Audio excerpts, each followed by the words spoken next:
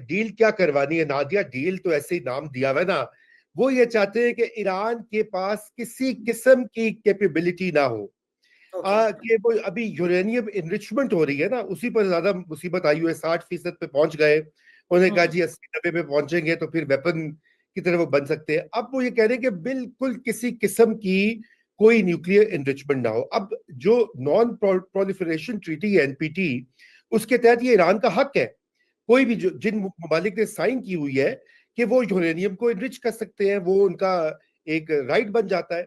लेकिन ये वो भी नहीं देना चाहते, और इसराइल का यही सबसे बड़ा खतरा। देखिए, ईरान से उसको वजूदी खतरा रहा है, और उसमें नजरियाती भी मामला है। ईरानियन जो गवर्नमेंट है, ईरानियन उसका ये एक स्टेटेड पोजीशन रही है इसराइल के ऊपर भी, फलस्तीन के ऊपर भी, दीगर मामलात के ऊपर भी। और उसी चक्कर में वो वेस्ट को और खुसूसन यूएस को यही बताते रहे कि देखिए जी हम इनसिक्योर हैं, हमें ये मारेंगे, हमें ये करेंगे, वो करेंगे।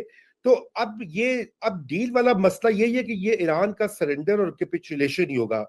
और यह बाकी पूछ लीजिएगा, मेरा जाती ख्याल में ईरान की जो लीडरशिप है वो ये नहीं करेगी, वो मरना पसंद करेंगे, तबाही पसंद करेंगे। दादी आप भी जानती हैं, मार्टिरडम को फौकियत देंगे, बजाय इसके कि वो एक समझौता कर लें जिससे कि उनकी, जिसे कहना चाहिए, उनका अपना वजूदी खतरा सामने आ जाए। जी।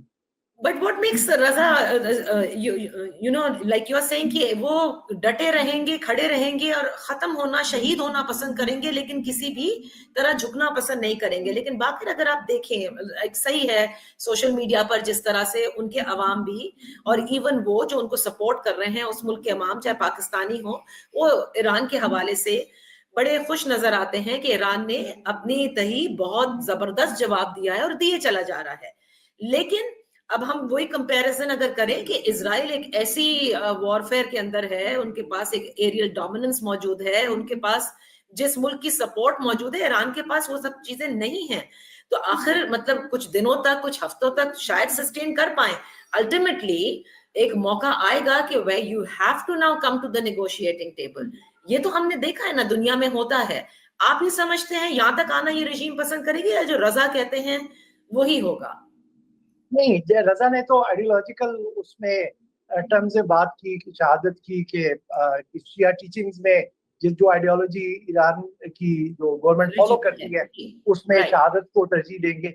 लेकिन मैं आपको रियलिस्ट में बात करता हूँ कि अगर जैसे रजा इसको कैपिचुलेशन कह रहे हैं कि डील को एक्सेप्ट करना कैपिचुलेशन होगा ईरान के लिए, क्योंकि वो अभी तक एक कॉज पे खड़े नहीं है कि हमारा राइट है कि हम न्यूक्लियर प्रोग्राम डेवलप करें। They have never said at any point कि हम न्यूक्लियर वेपन्स डेवलप करना चाहते हैं।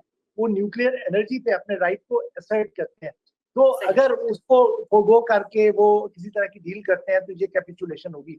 अच्छा, मान लेते हैं एक सेकंड के लिए, एज्यूम कर लेते हैं कि इरानियंस रेडी हो जाएंगे कैपिचुलेट करने के लिए, लेकिन उनके पास ट्रम्प को कहते हैं ट्रस्ट करने के लिए क्या कुछ है। 6th राउंड की जब टॉक शुरू होने लगी, 2 दिन पहले ट्रंप ने ग्रीन लाइट कर दिया इसराइल को कि अटैक करो, इन द होप कि वो डिप्लोमेसी और वॉर को कंबाइन करके प्रेशर बिल्ड करेगा। अच्छा, अगर वो न्यूक्लियर प्रोग्राम को फोकस कर देते हैं, नेक्स्ट स्टेप ये होगा, अच्छा आप अपने मिसाइल प्रोग्राम को फोकस करें क्योंकि इस जंग में हमें बड़ा नुकसान पहुंचाया है इसराइल को आपके मिसाइल प्रोग्राम ने। आप उनकी जो साइकोलॉजिकल सूरत हाल तो देख रही होंगी कि इस वक्त इसराइली गवर्नमेंट अपने लोगों के एग्जिट को रोक रही है, और हार्ट्स की अपनी रिपोर्ट थी कि लोग मुल्क से भागना चाह रहे हैं क्योंकि वहां का जो साइकोलॉजिकल लोगों का वहां पे मेंटल स्टेट ऑफ अफेयर है वो बड़ा नाजुक है। इस वक्त उनका थ्रेशोल्ड ऑफ पेन बहुत कम था। तो अब जब एक दफा पाकिस्तान ईरान उस पर कैपिचुलेट कर गया मिसाइल प्रोग्राम पे, फिर कहेंगे आपकी जैसे लेबनान आर्म फोर्सेस नहीं रख सकता से उस लेवल पे एक रेगुलर आर्मी के तौर पे, आप उस लेवल पे बात करें तो there is going to be no end to that. Goal post change होते जाएंगे। तो ईरान के लिए यहाँ पे किसी तरह की कैपिचुलेशन की गुंजाइश नहीं है। हाँ, जहां तक आपने बात की कि जंग रुकेगी कहाँ पर, यकीनन मुल्क और जितने भी होते हैं कॉन्फ्लिक्ट में होते हैं, ये कहीं ना कहीं डायलॉग टेबल पे जाके बात करते हैं। इसका 2 ही सूरत हाल है कि एक रिस्पेक्टेबल सोल्यूशन या ट्रेड ऑफ दोनों साइड्स को दिया जाए।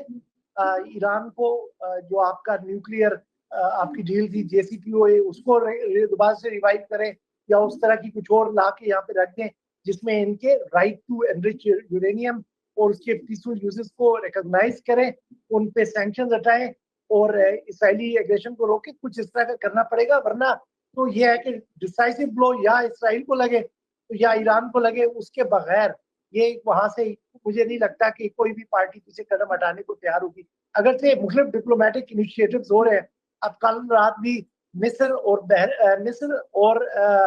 जॉर्डन की तरफ से हुआ। अब ये भी आप देख लें कि ये मिस्र और जॉर्डन किसके बिहाफ में मूव करते हैं।